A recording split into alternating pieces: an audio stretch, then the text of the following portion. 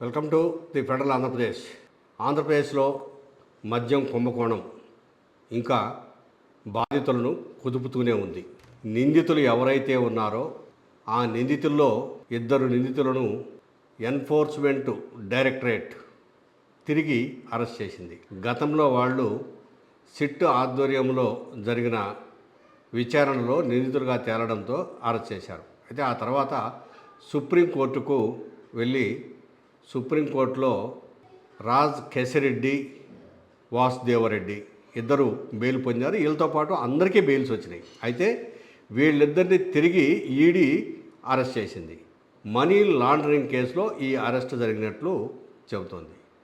ఇక ఇప్పటికే జగన్మోహన్ రెడ్డి పిఏ కేఎన్ఆర్ను కూడా విచారించింది 1కి 3 సార్లు.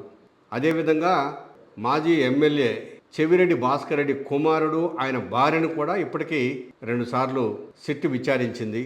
ఈడీ రంగంలోకి దిగి రాజ్ కేశిరెడ్డి ప్రధాన నిందితుడిని మళ్ళీ అరెస్ట్ చేయడంతో ఈ ఆంధ్రప్రదేశ్ వ్యాప్తంగా చర్చనీయాంశంగా మారింది.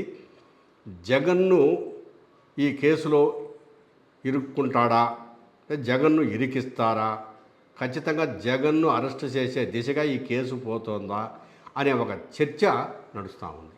ఇక ఇప్పటి వరకు తీవ్రమైనటువంటి ఎండల తాపంతో అల్లాడినటువంటి ఆంధ్రప్రదేశ్ రాష్ట్రం కాస్త చల్లబడింది. నిన్నటి నుంచి వాతావరణం చల్లబడటంతో పాటు అక్కడక్కడ వర్షాలు పడ్డాయి. విజయవాడ నగరంలో కూడా గురువారం రాత్రి బాగానే వర్షం పడింది. ఉత్తరాంధ్ర జిల్లాల్లో కూడా అక్కడక్కడ వర్షాలు పడుతున్నాయి. వ్యవసాయ సీజన్ కూడా ఈ వర్షాలతో ప్రారంభమైందని చెప్పేసి రైతులు చెప్తున్నారు. దున్నకాలు మొదలు పెడతాం, ఇక మరో 10-15 రోజులలో విత్తనాలు వెదజల్లే కార్యక్రమం కూడా ఉంటుందని చెప్తున్నారు. విపరీతమైన వేడితో దాదాపు 48 డిగ్రీల వేడితో బాధపడినటువంటి ప్రజలు ఒక్కసారిగా సేద తీరినట్టయింది. అయితే ఉమ్మదం మాత్రము తగ్గలేదు. ఆ వేడి ఇప్పటికీ 35 నుంచి 38 డిగ్రీల వరకు ఫారెన్ హీట్ ఉంది. ఉమ్మదం వల్ల కాస్త ఉక్క పెడుతూ చెమట పడుతూ ప్రజలు కొంచెం బాధపడుతున్నారు.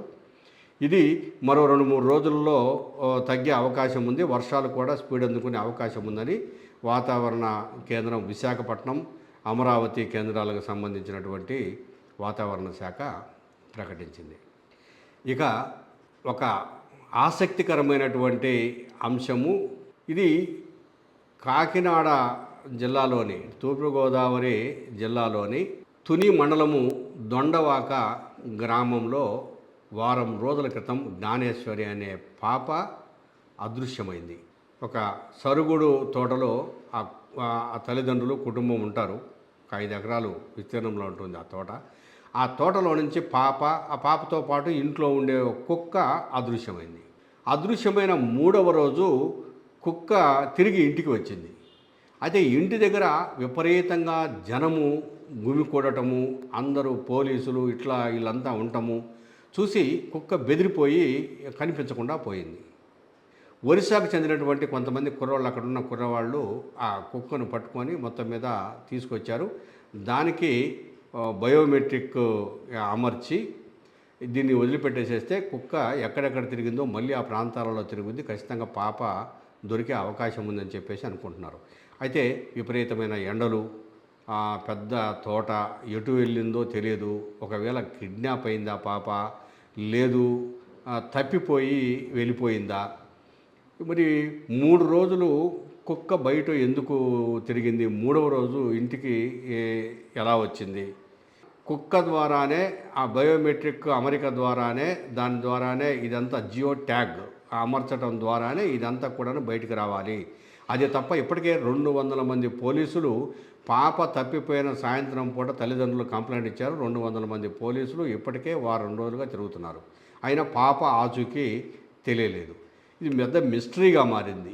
ఏంటి మిస్టరీ అనేది అర్థం కావట్లేదు. ఇప్పుడు కుక్క మాత్రమే ఆ మిస్టరీని ఛేదించగలదు, జియో ట్యాగ్ ద్వారానే మాత్రమే ఇది బయటికి రాగలదు అని పోలీసులు చెప్తున్నారు. ఏమైనా ఆంధ్రప్రదేశ్లో ఇది ఒక పెద్ద సంచలనాత్మకమైనటువంటి క్రైమ్ థ్రిల్లర్ కథగా ఉంది. ఏం జరుగుతుందో చూడాలి.